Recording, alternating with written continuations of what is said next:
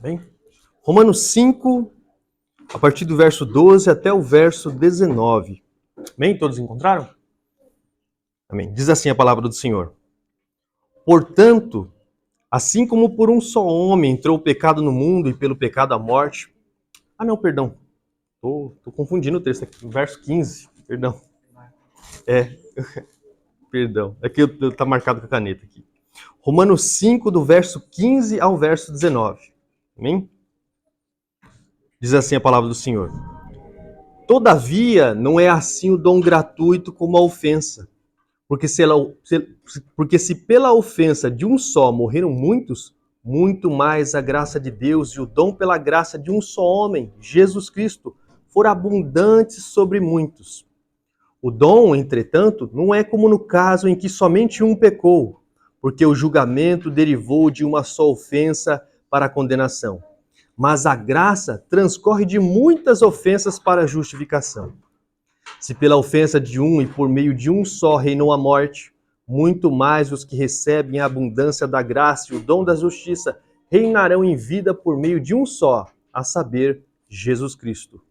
Pois assim como por uma só ofensa veio o juízo sobre todos os homens para a condenação, assim também por um só ato de justiça veio a graça sobre todos os homens para a justificação que dá a vida.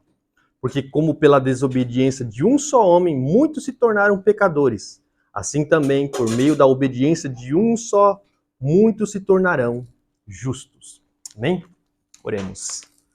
Pai bendito, Pai santo, teu povo se reúne mais uma vez, ó Pai, para te louvar, para te engrandecer, para aprender um pouco mais da tua santa palavra.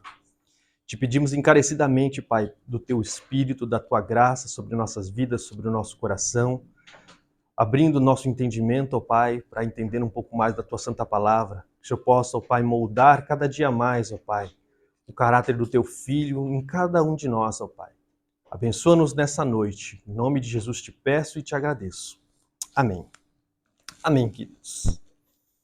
Hoje eu pensei que ia dar para terminar, mas acho que não vai dar para terminar Romanos 5 hoje. Né? Dependendo do decorrer daqui do estudo, a gente termina ou não, né? A gente pega aí o verso 20 e o verso 21. Por que talvez demore? É o que eu falei para vocês, que o texto que a gente está agora é um pouquinho difícil de se compreender ele por causa da argumentação de Paulo ali, no decorrer ali dos versículos que a gente acabou de ler, né? Hoje, né, nós vamos falar aí dos dois homens, dois destinos, né? Olhei assim, até parece aqueles cartazes de filme, né? Trailer de filme, dois homens, dois destinos, né? Porque o futuro da humanidade está em suas mãos. Quarta-feira, nos cinemas. É isso que a gente vai estudar. A gente já viu um pedacinho já, que nem o do verso 12, né? Que até me confundia. A questão ali de Adão, né? Adão foi o nosso representante no Éden, ali os seus atos tornaram-se os nossos atos. Hoje a gente vai falar de um contraponto, que é aquele que havia de vir, que prefigurava. Adão, como a gente viu no último versículo, Adão prefigurava aquele que havia de vir, Cristo. E a gente vai entender essa comparação que Paulo vai fazer para nós aqui, esse contraponto entre Adão e Cristo, né? Esses dois representantes. Recapitulando o que a gente aprendeu praticamente na aula passada, né? O pecado, ele entrou por um só homem, né? Quando Adão come do fruto, o pecado entra, né? Ele foi a porta de entrada do pecado e o pecado entrando, ele corrompeu toda a criação, né? Como está o segundo ponto ali. E pela mão, o pecado trouxe alguém. Nós vimos que foi a morte, né? E nós falamos de morte espiritual, morte física e a morte eterna, né? O pecado, ele não veio sozinho, ele trouxe alguém consigo, né? E a gente viu um pouquinho ali os efeitos danosos, né, do pecado. A morte passou a todos os homens, pois todos pecaram, né? E nós sabemos que nós não somos condenados, a morte não veio sobre nós por causa de um pecado que a gente cometeu posteriormente, depois que nós nascemos, né? Nós pecamos primeiramente em Adão. Por quê? Porque ele é nosso representante, ele foi o primeiro homem, como a gente falou, ele era o representante da humanidade, e por isso todos nós estávamos nele. Então, os seus atos tornaram-se os nossos atos. Ele nos legou, nos deu por herança culpa, né, condenação e por aí vai. E uma natureza corrompida, o que temos falado sempre, né? Adão nos representa, seus atos tornaram-se os nossos atos. Então, tudo que ele fez, tudo que ele causou lá, não afetou somente ele, afetou toda a sua descendência. E, para a gente entender o texto que a gente vai abordar hoje, eu queria fazer trazer uns pressupostos para vocês aqui entenderem o que a gente vai aprender hoje. O que devemos ter em mente antes de se achegarmos ao texto que a gente vai estudar? Primeiro, devemos ler o texto em seu contexto imediato, né, anterior, posterior e à luz de toda a Escritura. Que nem nós vamos entrar no texto aí que vai falar que o pecado de Adão afetou muitos. Poxa, será que o pecado dele afetou só uma multidão, não foi em plenitude todo mundo, todos os seus descendentes? Então a gente tem que ler não só o texto aqui, mas o que veio antes, o que a gente viu até agora, né? O que a gente vai ver depois e outra, à luz de toda a Escritura. Por isso que a gente tem que ler o texto no seu contexto, né? Imediato, anterior, posterior e à luz da Escritura. Segundo, Adão não afetou só uma parcela da humanidade, mas todos. Então é o que a gente tem visto até agora. Todos pecaram. Todos estão destituídos da glória de Deus. Será que há alguma exceção? A gente vai falar sobre isso também. A obra de Cristo foi feita em prol dos eleitos somente. Ou seja, aquilo tudo que Cristo fez foi feito para aqueles que creem. Para aqueles que ele elegeu antes da fundação do mundo. A gente vai abordar um pouquinho isso aí. Logo, logo a gente vai entrar no capítulo 9, a gente vai falar de eleição, que Deus escolhe os seus, a gente tem que ter isso em mente, né? Porque tem outro problema aqui, a questão de que Cristo morreu por todos, né? A gente leu, se não me engano, o verso foi 18 ou 19. A gente tem que parar para ver se isso é mesmo. Cristo morreu por todo mundo, né? Ele expiou todos os pecados, propiciou a todos, né? Salvou a todos. A gente tem que saber também dessa questão. O número de eleitos crerão no Senhor antes de descerem a cova. A gente tem que saber disso.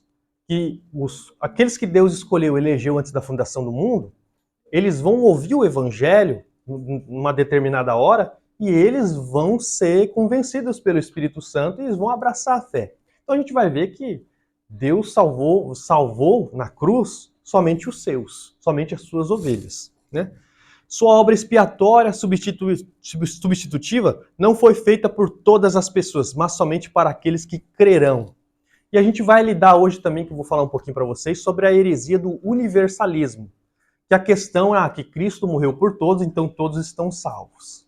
Então não precisaria de pregar o evangelho, por aí vai. Então tem essas coisas, essas observações em mente antes da gente entrar no texto.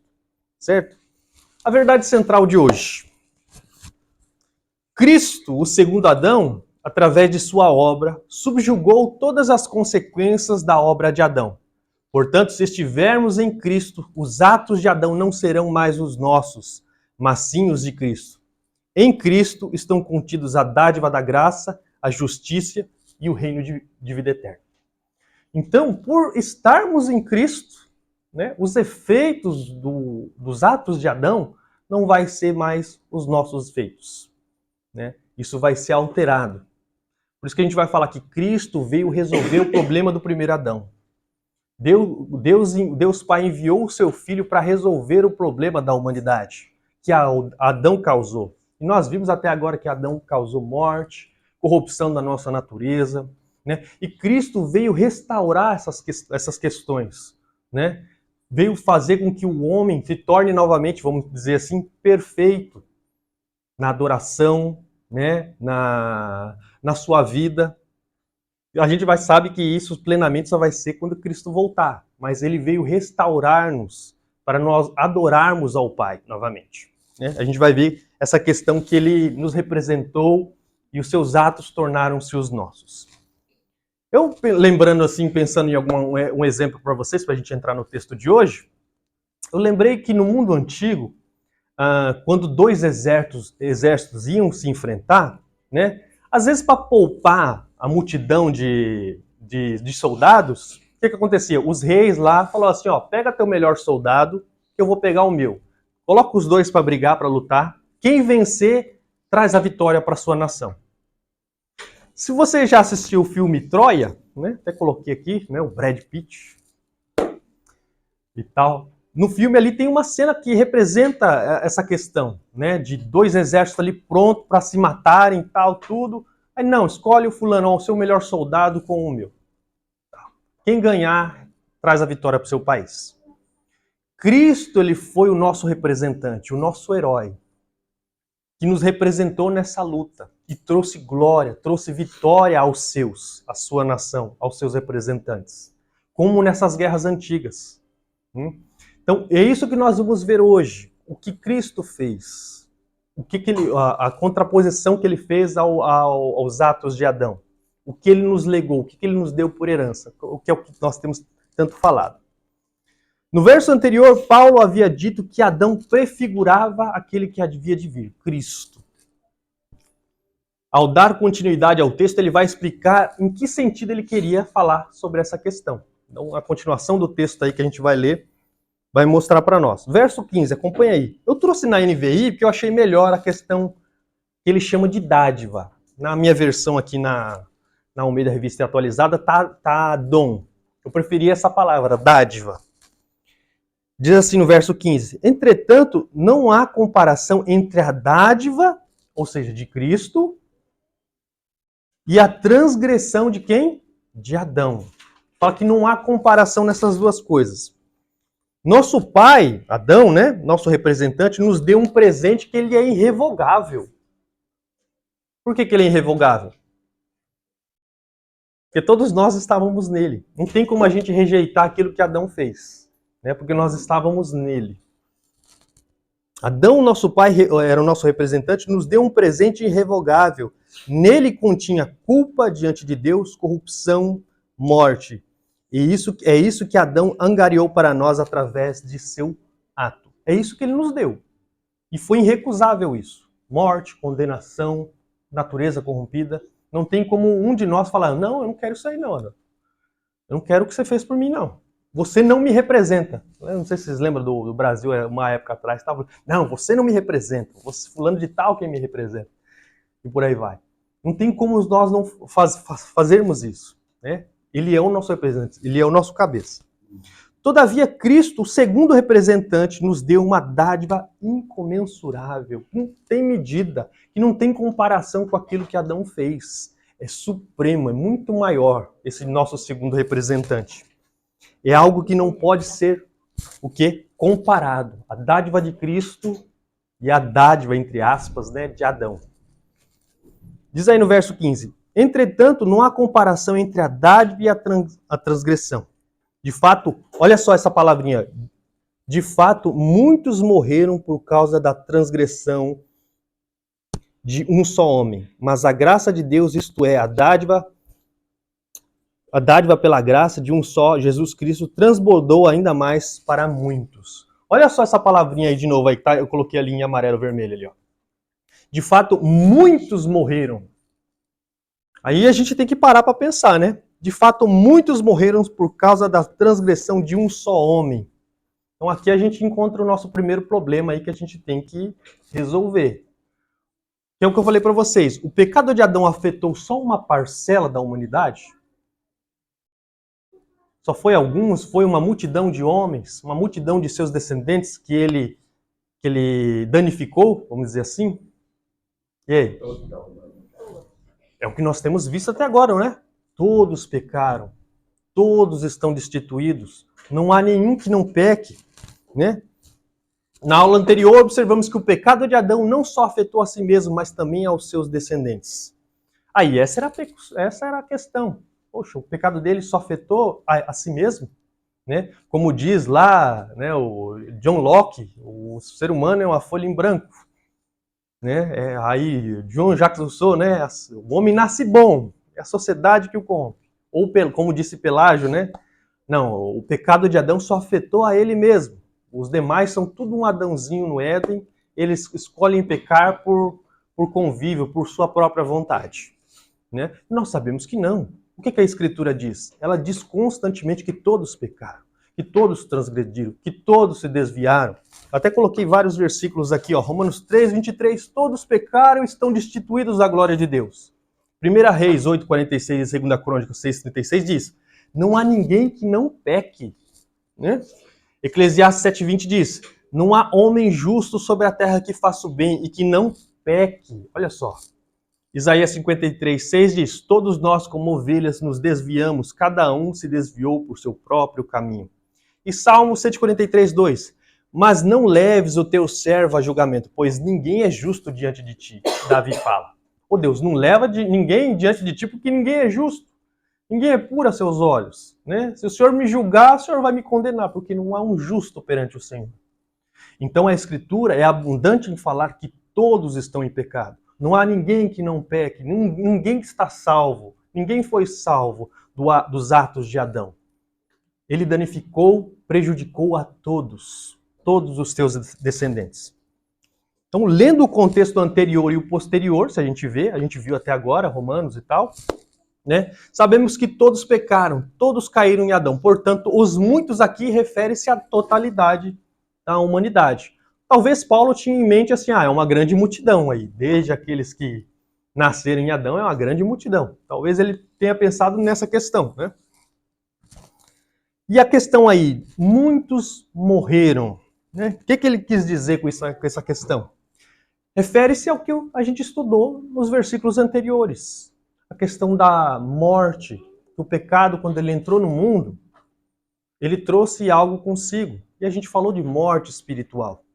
Que a morte espiritual é o que? A separação de Deus. A pessoa não entende mais Deus, a pessoa não deseja mais Deus, ela não quer mais nada com Ele, não é sensível à sua palavra, é rebelde. É o que? Inimigo de Deus, o que nós temos estudado constantemente aqui. Né? Falado sobre o que se tornou um homem pós-queda.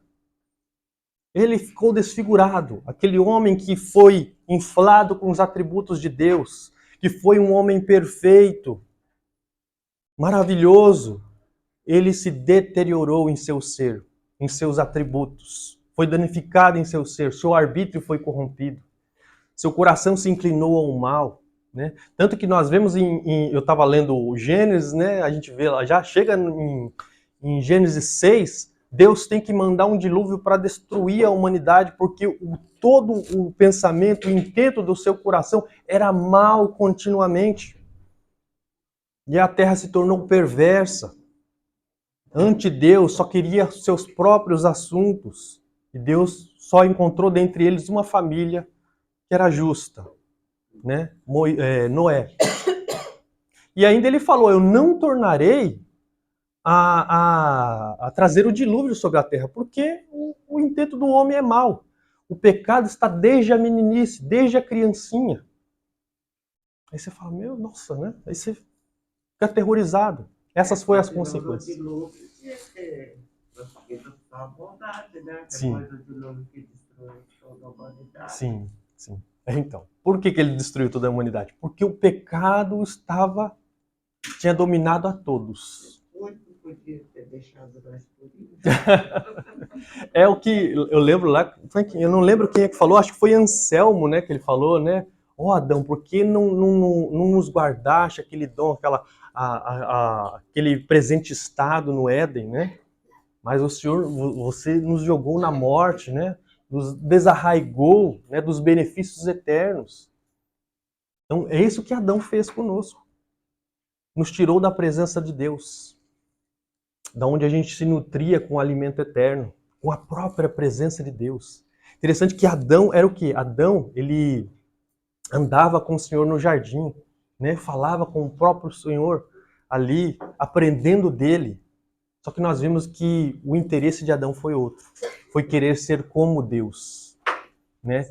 A serpente ali seduziu Eva e ela viu que aquela árvore era agradável e o quê? Boa para dar o quê? Entendimento. A gente vê que ela não ficou satisfeita com aquilo que ela tinha. Ela queria mais. Né? Nós vemos que o veneno da serpente prejudicou o primeiro casal. Né? Danificou o seu corpo, o seu ser, separando do pai. A gente viu, né? A morte acarretou na miséria. A miséria de estarmos alheios a Deus e a sua palavra. Não a entendemos, não somos sensíveis a ela. Então é isso que praticamente Paulo quer dizer. A questão de muitos morreram. Muitos foram removidos da presença, muitos morreram espiritualmente, não entendem Deus, não buscam a Deus. E por isso que a gente até falou, o pecado original trouxe a corrupção do nosso ser. Nossa vontade tornou-se inclinada ao que é mal. Por mais que queiramos fazer o bem, encontramos o mal em nossos membros. O arbítrio, que é a questão, está corrompido. A gente vai falar um pouquinho mais adiante essa questão. Por que a gente tem esse ímpeto de pecar? Por que a gente não consegue refrear os pecados? Por mais que a gente está regenerado agora, nós somos crentes, nós somos filhos de Deus. Mas mesmo assim, quando a gente olha para os nossos membros, a gente encontra o mal neles. Encontra neles pecado. E a gente não consegue refrear isso. Isso foi dado a nós por Adão. Essa foi uma das heranças que ele fez. Jesus falou que do coração do homem procede o quê? Os adultérios, todos os males procedem do nosso coração. Então não é uma coisa que vem fora de nós, ela está dentro de nós. O que nos contamina está lá dentro, vem de dentro para fora e contamina todo o homem. Esse foi um dos legados, um dos atos de Adão. Mas diz aí no verso 15: mas a graça de Deus, isto é, a dádiva pela graça de um só, Jesus Cristo, transbordou ainda mais para muitos. Os muitos aqui, se você lembra lá do comentário de Isaías 53:11, ele verá o fruto do penoso trabalho de sua alma e ficará satisfeito. O meu servo, o justo, com o seu conhecimento justificará a muitos, porque as iniquidades deles levará sobre si. Então, esses muitos aqui evoca Isaías 53:11. Todos os comentaristas falam que, você lendo ali no original, parece que evoca essa questão do ele vai justificar a muitos. E a graça, a dádiva de Jesus Cristo superabundou a muitos. Aqui já podemos notar o primeiro contraste entre Adão e Cristo. E nós vemos que Adão, pelo seu ato, o seu ato foi de alto engrandecimento. Foi em seu próprio benefício. Em contrapartida, Cristo, ele fez o quê? Ele se sacrificou por outros. E ele foi obediente. Adão desobedeceu, mas Cristo foi obediente. A gente já vê o primeiro contraste aqui. Aquele que buscou o seu benefício próprio, ser como Deus, ter o entendimento como Deus tem, resultou em questões danosas. Jesus, ele não quis o seu benefício próprio. Ele se sacrificou por outros. Olha só, a gente vê o primeiro contraste aqui. Jesus não foi desobediente como Adão foi. Ele obedeceu o Pai. E ele morreu morte de cruz, como foi determinado pelo Pai. A gente vê o primeiro contraste aqui já, nessa questão aqui. Continuando. Transbordou ainda mais sobre muitos. Calvino, no seu comentário, ele fala que o número dos eleitos, ele sobrepuja os dos não eleitos, ou dos não salvos, Que a graça de Jesus, ela superabundou a mais pessoas do que a gente pense, Tem mais crente do que ímpio, ele fala assim no seu comentário. E se a gente for ver desde a antiguidade, o número daqueles que foram salvos por Deus pode superabundar, ou não, É que a gente olha para o mundo hoje, não, tem mais incrédulo do que crente, Mas, a Bíblia fala que superabundou a muitos, muito mais. A dádiva dele superabundou a muito mais. E antes da gente prosseguir, gente, quem gosta de anotar, a irmã gosta de anotar ali, um bom exercício para nós aqui é a gente fazer uma tabela. Para você ver a comparação entre Adão e Cristo. O legado de Adão e o legado de Cristo. Eu até coloquei aqui um pedacinho para vocês verem, Adão e Cristo e os versos. No verso 15, verso 16, 17, 18, 19. Ao final a gente vai ver o que cada um legou para nós. A primeira a gente já vê. Morte, no verso 15. Adão nos legou morte. Ou seja, morte espiritual. A degeneração moral do nosso ser. Cristo, ele já nos deu o quê? A gente vê no verso 15. A dádiva da vida. Deus nos ressuscitou para si, para viver para si. A dádiva da vida eterna, praticamente. Verso 16. Não se pode comparar a dádiva de Deus com a consequência do pecado de um só homem. Por um pecado veio o julgamento que trouxe condenação, mas a dádiva decorre de muitas transgressões e trouxe justificação. A gente vê mediante um ato, fez o quê? Lançou todos os homens na condenação. Então, todos os homens têm o seu nascente, não na fonte pura, né, mas na fonte sórdida do pecado. E Deus, ele olha dos altos céus, ele vê o estado dos homens. E só há uma declaração quando ele olha para os homens: condenado. Porque você violou minha lei. Você está debaixo de maldição. Isso que Adão nos legou. Condenação. Condenação eterna. Deus olha dos altos céus e nos fala: vocês são condenados por causa de Adão.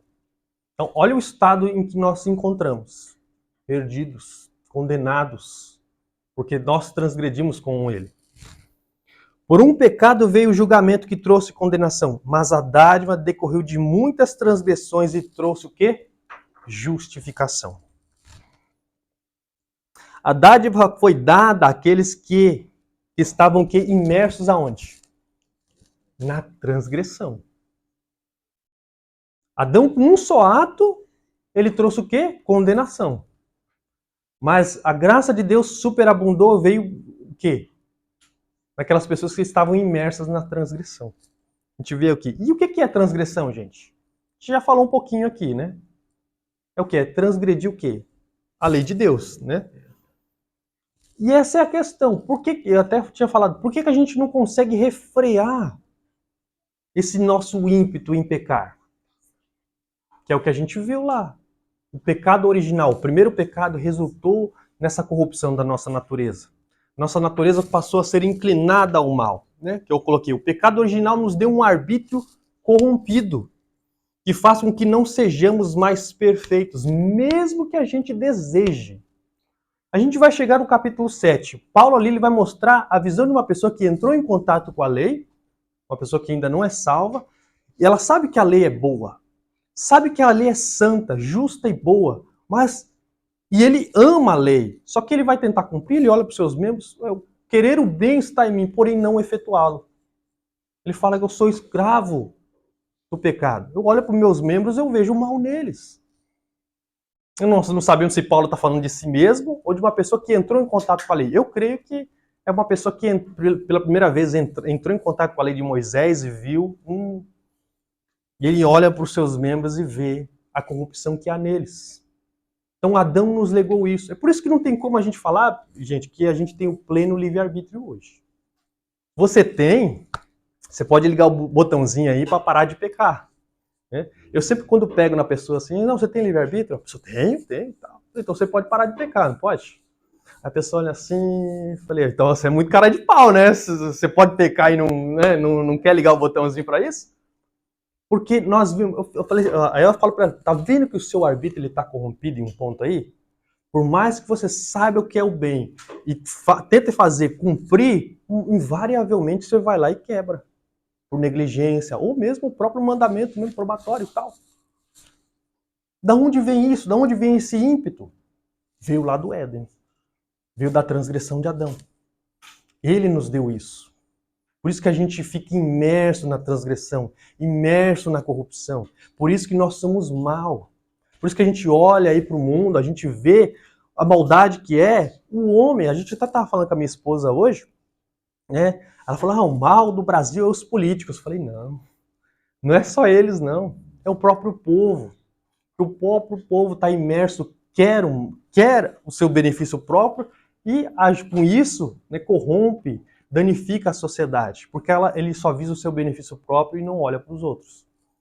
E é sempre assim. A gente sabe do jeitinho brasileiro, não sabe? E por aí vai. Né? Por isso que Jesus falou, tá aqui, vem de dentro, não tá fora. Né? Lembrando até de Agostinho, né? A gente até falou a questão do posso não pecar, né? Que a questão que antes da queda, o homem podia ou não pecar. Ele tinha um arbítrio pleno para isso. Ele podia pecar e não pecar. Né? Só que ele não era inclinado ao mal. mas ele tinha o poder, sim, de sim e de não. Só que depois que ele cai, não tem como ele deixar de pecar, praticamente. Que a questão ali é capaz de pecar e incapaz de não pecar. Mesmo que você queira, mesmo que você deseje, que é a questão ali do pós-regeneração, pós-vinda de Cristo, pós-aceitação, vamos dizer assim, e você nasceu de novo. Mesmo assim, ainda você não consegue ser plenamente perfeito. Invariavelmente, ainda você vai quebrar a lei de Deus. Certamente, se você quebrar ela, você vai se arrepender. Você não vai se sentir bem. O Espírito Santo vai te importunar, porque você fez algo errado. Só que ainda a gente não consegue ser plenamente perfeito. Porém, quando na glorificação, aí sim, aí você não tem como pecar mais. Né? Por isso que Agostinho fala, na pré-queda, você podia escolher entre o bem e o mal, beleza. Depois da queda, você não consegue mais parar de pecar. Você é incapaz. Né? Mesmo depois da regeneração. Porém, na glorificação, aí sim, você não tem mais como pecar. Né? A gente não pode pensar que é que nem Orígenes também, né? Não sei se o Hiro já ouviu falar de Orígenes, né? Ele falou assim que todas as coisas vão de ser restauradas, até o diabo. Aí como o diabo tem livre-arbítrio, aí ele começa tudo de novo, cai de novo e tal, e por aí vai, né? Elucubração do Orígenes. O pecado de Adão mexeu o quê? Com nossa estrutura. Todas as nossas faculdades, gente, foram afetadas pelo pecado. A gente viu até um pouquinho aqui, a nossa mente, né? Eu falei um pouquinho para vocês do pecado noético, que a nossa mente foi afetada pelo pecado. O nosso coração foi afetado pelo pecado. As nossas vontades, os nossos desejos foram tocados pelo pecado. E a gente chama isso de depravação total. Todos nós estamos depravados, incapazes de ir a Deus, de querer plenamente o bem, de querer fazer o bem plenamente. Não conseguimos, né? Porque essa nossa natureza ela está corrompida. Foi corrompida pelo pecado de Adão. Por natureza, lembra disso que eu falei para vocês? Por natureza nós somos maus. O que é por natureza? É como um curso de um rio. Mesmo que você quisesse, você não poderia pará-lo. Ou coração. Mesmo que você deseje, para aí coração de bater. Ele vai seguir o curso natural dele. Ele não vai te obedecer. A mesma coisa a nossa corrupção. Por mais que você deseje, anseie, eu quero ser perfeito, né? Só que isso não vai, o seu ser ainda vai seguir o seu curso ainda. Enquanto Deus não restaurar você plenamente, removendo todo o pecado. Isso só se dará o quê? Na segunda vinda, ou depois da morte. Né? Você morreu, não tem como pecar mais. E a gente vê aqui, ó, a questão aqui. Um único pecado foi suficiente para resultar em condenação. A dádiva da justificação foi concedida não sobre aqueles que transgrediram uma só vez, mas foi dada para aqueles que estavam afundados completamente na lama do pecado. Isso aqui é maravilhoso. A dádiva de Cristo veio sobre aqueles que muitos transgrediram. Estavam imersos na lama do pecado. E a gente vê uma questão, gente, que não há pessoa tão afundada na sua miséria, nos seus pecados, que não possa ser limpo por Cristo. Todos podem ser. Todos podem ser lavados pelo sangue purificador do Mestre. Né? Você tem o seu nascente na fonte sórdida do pecado, mas você pode ter o seu ocaso, ou seja, o seu final da sua vida purificado, se você passar pelas águas purificadoras do sangue do Mestre. Ele fez isso para nós, ele nos concedeu isso. Então não há pecado tão profundo, tão hediondo que Cristo não possa lavar, que Cristo não possa purificar. Então isso é maravilhoso para nós. Cristo nos deu isso, nos tirou daquele charco de lodo e nos colocou numa rocha, como diz lá Salmo. Nos lavou, nos purificou. Verso 17. Se pela transgressão de um só a morte reinou por meio dele, muito mais aqueles que recebem de Deus a imensa provisão da graça e a dádiva da justiça reinarão em vida por meio de um único homem, Jesus Cristo. Adão, o que ele trouxe? A morte. A morte invadiu domínios que não era dela. O que ela fez? Ela assolou, ela colocou medo, né? Tudo. Porém, se lembra que eu falei para vocês lá do guerreiro lá que representava a sua nação? E se ele tivesse a vitória, Ele traria vitória para o seu povo. Cristo, ele lutou contra a morte e ele a venceu. Ele atou seus pés e mãos, gente. Por isso que nós não tememos mais a morte. A morte só é o veículo para te levar o quê? Para onde? Para onde, meu irmão? Para os braços do Pai. Tanto que ela está atada, você pode zombar dela. Como Paulo fez. Onde está a morte, o quê? A tua vitória. Onde está a morte, o teu aguilhão? O aguilhão da morte é o pecado, e a força do pecado é a lei. Graças a Deus que nos dá vitória por intermédio de nosso Senhor Jesus Cristo. Cristo nos deu a vitória sobre a morte, gente. Nós sabemos que nós não vamos ficar naquele sepulcro frio, ou naquelas cinzas, como aqui no Japão. Não. Deus há de nos restaurar totalmente, plenamente. Nós não vamos. A morte não há de nos reter, como não reteu o nosso Mestre. Ele ressuscitou para a nossa justificação. Ele foi a primícia dos que dormem. Então, por isso que não precisamos temer ela. Cristo a venceu. Cristo foi o nosso representante que, resolveu esse problema que Adão nos deu, que a morte tem assolado a humanidade desde os seus primórdios, por causa do pecado. Ninguém pode refreá-la. Ninguém pode pará-la. Não pode. Um homem pôde. Jesus Cristo. Por isso que nós temos que estar fiados nele. Verso 18. Consequentemente, assim como uma só transgressão resultou na condenação de todos os homens, eu, pegando esse versículo aqui, eu lembrei de uma questão aqui não sei se vocês já foram picados por cobra. Cobra venenosa. Já bem, morava na Amazônia, né? Não. Todos fazemos parte de um corpo, gente. Que foi o quê? Picado pela picada fatal, venenosa da serpente. E todo o corpo ele vai o quê? Atrofiando. Ali aquela toxina vai entrando no corpo da pessoa até chegar ao coração e trazendo ali um infarto, alguma coisa assim e tal. Uma parada cardíaca, né? Foi isso que Adão nos legou.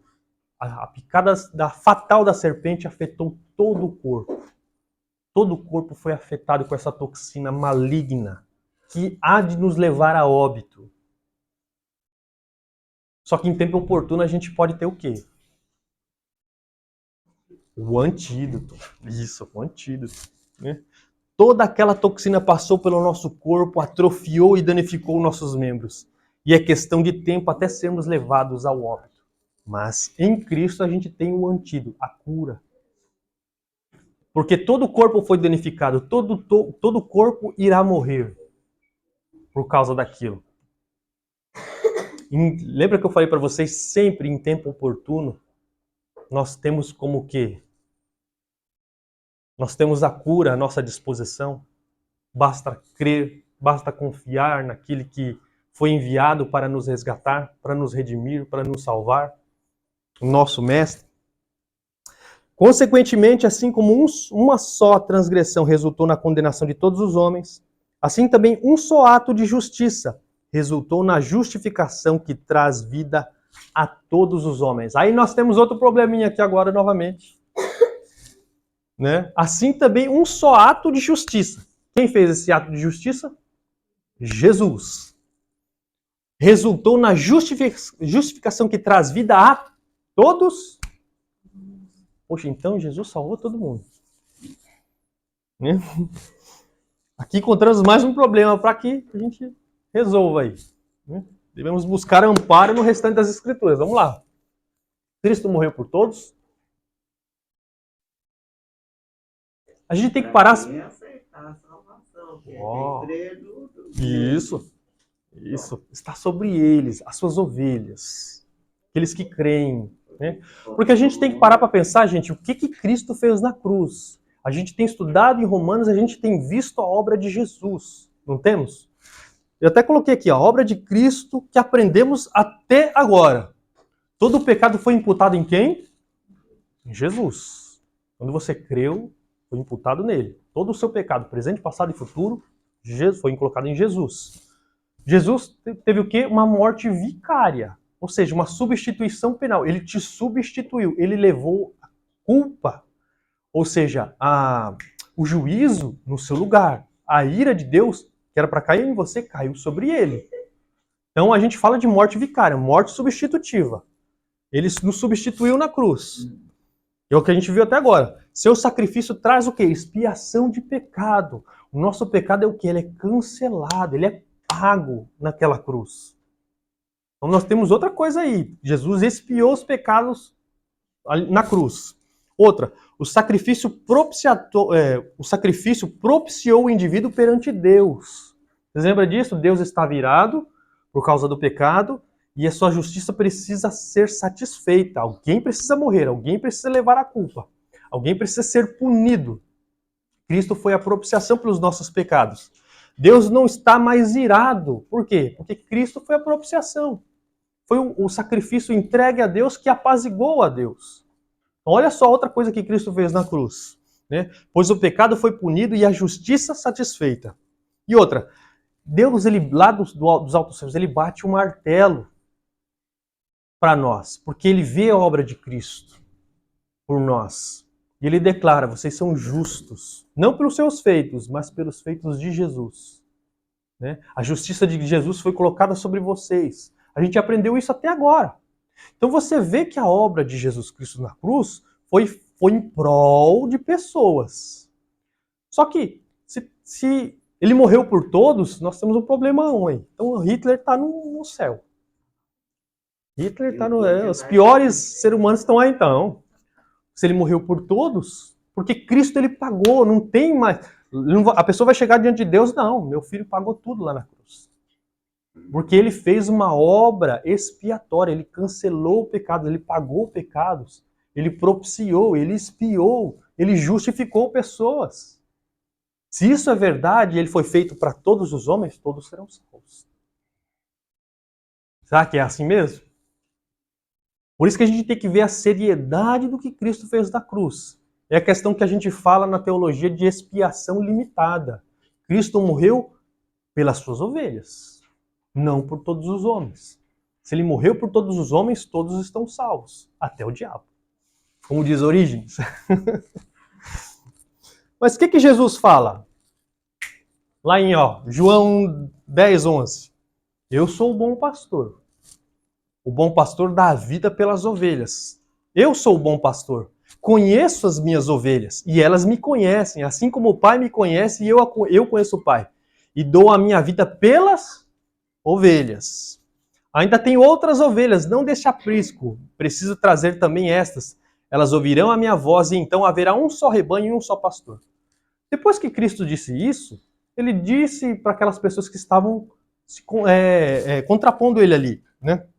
Depois de afirmar essas coisas, o Senhor se voltou para os judeus que o afrontavam e disse: vós não sois das minhas ovelhas.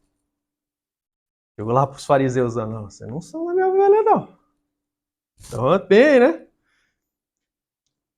Excluindo-os desse grupo por quem ele morreu e um dia chamaria para si, né? Continuação do versículo ali, João 10, 26. Outros versículos. Pois o próprio Filho do Homem não veio para ser servido, mas para servir e dar a sua vida em resgate por todos? Muitos. Por muitos, hein? Então não é todos. A gente tem que... Olha isso aí. Mateus 26, 28, né? Porque isto é meu sangue, o sangue da aliança, derramado em favor de muitos para a remissão de pecados. Quando ele estava instituindo a ceia. Meu sangue que é derramado por muitos, não é por todos. Então nós sabemos que Cristo ele morreu por um grupo fechado de pessoas. Que é o grupo o quê? Que a gente fala que é o grupo dos eleitos, dos escolhidos de Deus, das suas ovelhas, daquelas pessoas que creem. E como eu falei para vocês, os eleitos eles vão crer em Jesus antes de descer a cova. Antes de morrerem, eles vão ouvir o evangelho e vão crer. Vão ser tocados por Deus e vão crer. Então, a obra de Cristo não foi para todos. Foi para aqueles que creem. Você pode dizer, não, Cristo morreu para os que creem. Bem, aí tá, até aí tá, é isso aí. Porque tem uma heresia, gente, chamada de universalismo. Que é a questão, não, Cristo morreu por todos. A expiação foi ilimitada, foi por todo mundo. Se você crê nisso, né? Todos estão salvos. Não precisa nem pregar o evangelho. Né? Até vi acho que foi numa rede social hoje, não sei se foi no Facebook ou no Insta, né? O índio lá perguntando pro padre lá, se eu não ler a Bíblia, se eu não crer no que você está falando assim, eu vou pro inferno? Ele fala assim, não. Eu falei, então por que você veio aqui pregar para mim? Não precisa, não tem necessidade. Né? Mas esse é o ponto. Todos estão perdidos. A gente viu que todos estão perdidos. O índio também tá. Né? E nós temos ali o calvinismo de 4 pontos, que segue a ideia lá de Moisés Amiot, da escola de Saumur, na França. Ele tinha a questão da expiação, que Cristo morreu por todos, só que ela é eficaz somente para os que creem. Né? Que a gente fala de amiraldismo. Sua doutrina central é que a expiação de Cristo é universal, de provisão infinita, mas limitada na aplicação para eleitos na conversão. Essa posição visava fazer uma via média entre calvinismo e arminianismo. Acho que você já sabe um pouquinho disso aí, né? O problema dessa posição é que eles não levam a sério o quê? O que Cristo fez na cruz. Lembra? Cristo expiou. Cristo propiciou. Cristo morreu de forma vicária ali, gente. Se isso não foi assim, o que Cristo fez lá? Ele abriu a porta para se salvar? Não, Cristo morreu por pessoas lá. Esse é o ponto. É olhar para a cruz e ver a seriedade com o que foi feito ali na cruz. O que foi feito lá? Nós temos que levar com seriedade. Cristo morreu por pessoas lá. Pagou pecados lá. Né? Por isso que tem esse problema do universalismo e essa questão do calvinismo de 4 pontos que a gente fala, né? O amiraldismo. Temos um grande problema aí. Cristo morreu para suas ovelhas somente, e elas crerão. A mim o quê? Né? Tem outras ovelhas que não são desse aprisco. Né? A mim o que convém conduzi-las. E haverá só um rebanho e um só pastor. Mas vós não sois das minhas ovelhas, não. Verso 19. Logo, assim como por meio da desobediência de um só homem, muitos foram feitos pecadores, assim também por meio da obediência de um único homem, muitos serão feitos justos. A desobediência fez o quê? Abriu a porta para os homens se tornarem rebeldes.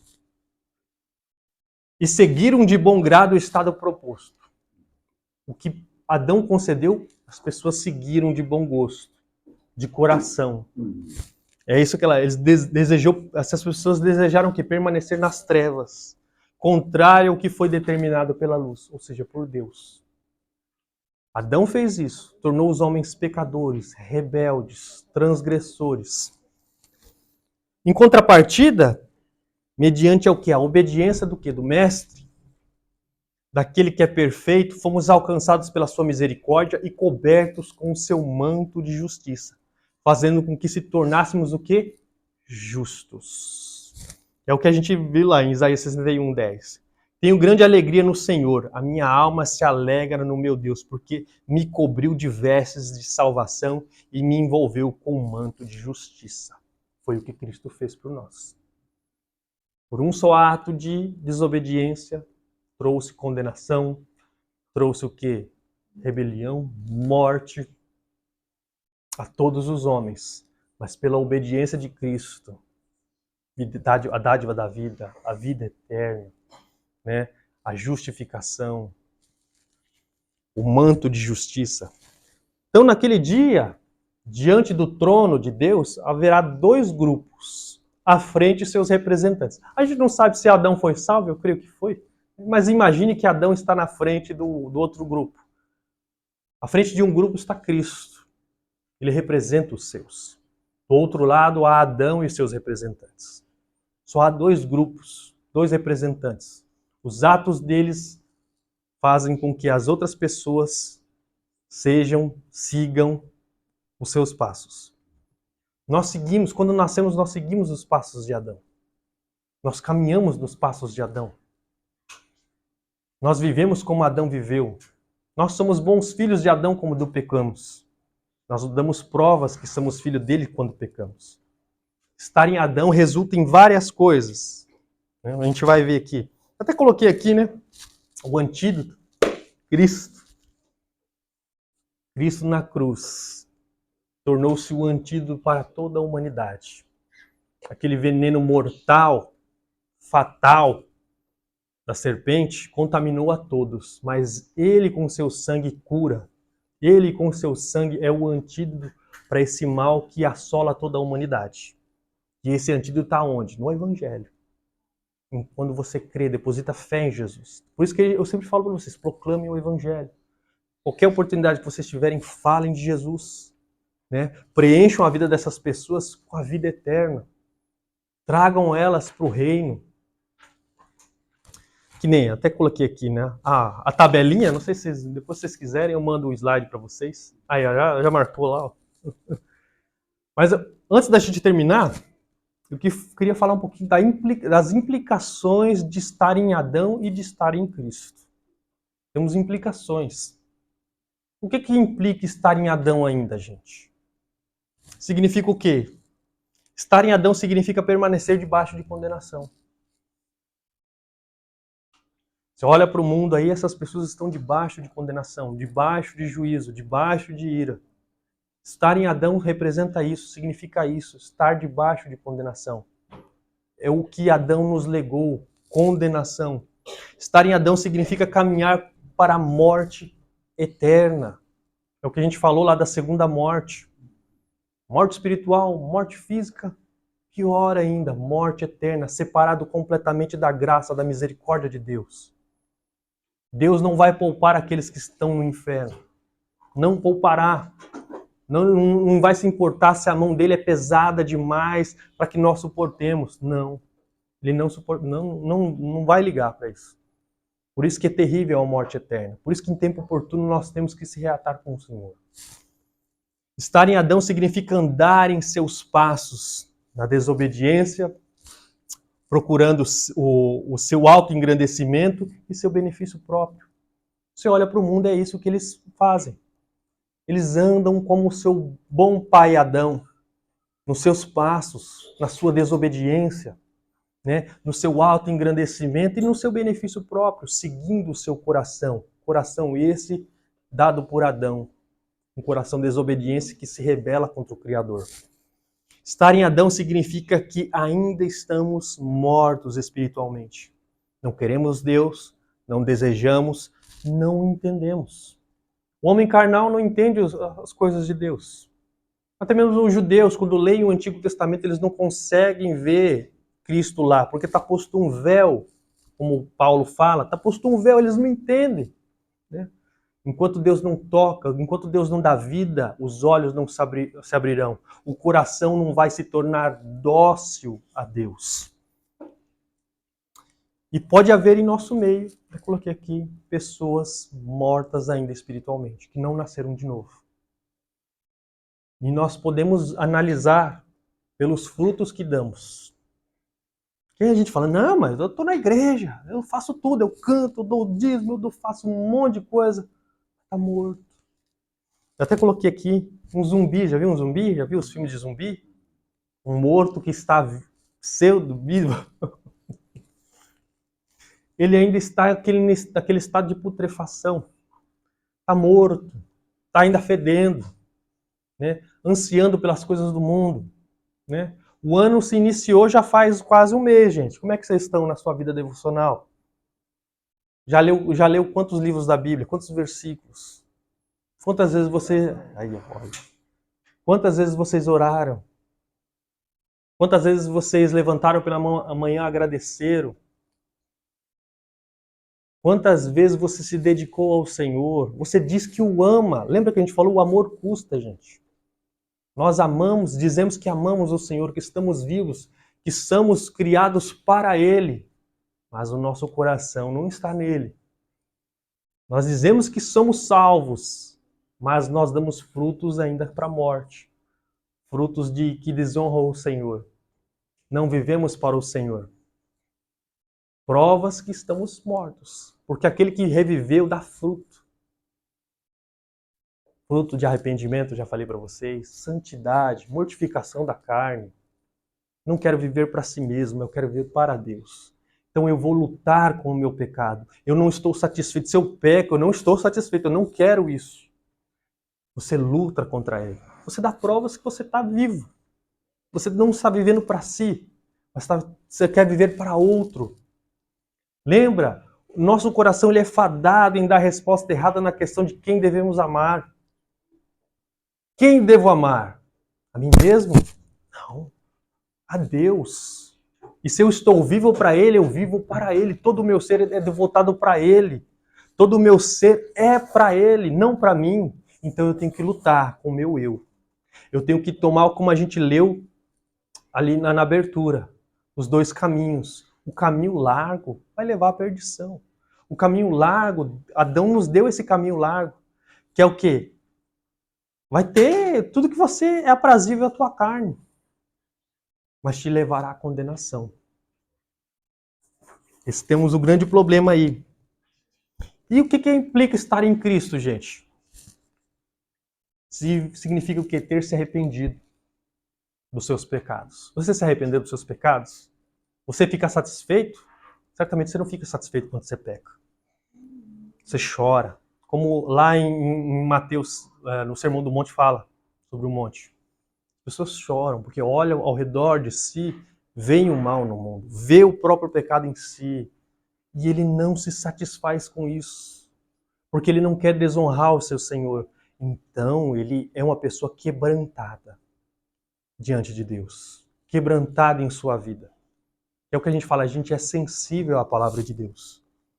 Significa ter se arrependido dos seus pecados, crido, ou seja, depositado fé no Salvador, de todo o coração, abraçado com todo o teu ser, com todo o seu entendimento, com todo o seu coração.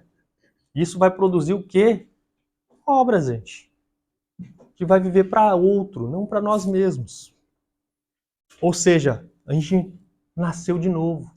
Ter se arrependido, crido, nascido de novo. Uma nova criatura, novos gostos, novos deleites. Você não se deleita mais com as coisas terrenas, mas você se deleita com o quê? Com a vida eterna. Você tem não é sangue e sede, né? Mas que é fome e sede de justiça, como diz lá. Significa ter sido lavado o quê? De toda imundícia. Estar em Cristo significa isso. Você ter sido lavado pelo sangue de Jesus. Completamente, plenamente. Por isso que não há mais condenação sobre nós. Por isso que não há mais culpa sobre nós. Porque Cristo a levou no madeiro. Cristo nos purificou naquele madeiro. Cristo, com seu sangue, nos lavou. Significa ter sido revestido da justiça eterna. Porque para ir para o céu não basta só não ter pecado. A gente sabe que Cristo, com a sua obediência, trouxe justiça a nós. Como a gente viu ali, ele nos cobriu com o seu manto de justiça. Nos tornou aprazíveis a Deus. Adão nos tornou desprezíveis para Deus com o nosso pecado. Jesus, porém, nos tornou aprazíveis ao Pai, porque ele nos lavou, porque ele nos purificou. Significa ter entregado seu querer ao Senhor. Aquele que quer vir após mim, o que Jesus falou? Negue-se a si mesmo. Mateus 16, verso 24 e 25. Então disse Jesus aos seus discípulos: se alguém quiser vir após mim, renuncie a si mesmo. Tome sobre si a sua cruz e siga-me, porque aquele que quiser salvar a sua vida, perdê-la-á. E quem perder a sua vida por amor de mim, acha-la. É o que a gente falou dos dois caminhos, lembra? Aquele que está em Adão segue o caminho largo, onde a desobediência reina, onde sua alma procura se saciar mediante a desobediência, como fez seu pai no Éden, o que acarretou na perdição. Adão desobedeceu lá. Seus filhos andam nos seus passos e andam por esse caminho largo que levará à perdição. Aquele que está em Cristo segue o caminho estreito, onde há o quê? Renúncia, negue-se a si mesmo, tome sua cruz, né? Aquele que está em Cristo segue o caminho estreito, onde há renúncia, onde a renúncia do eu e uma vida de obediência. O segundo Adão, Cristo, se sacrificou pelos seus e foi obediente. A gente pode ver essa comparação dos dois. Adão procurou seus benefícios próprios no Éden. e danificou a todos. Cristo morreu pelos seus e foi obediente, resgatando a muitos. Então, olhe para esses dois homens.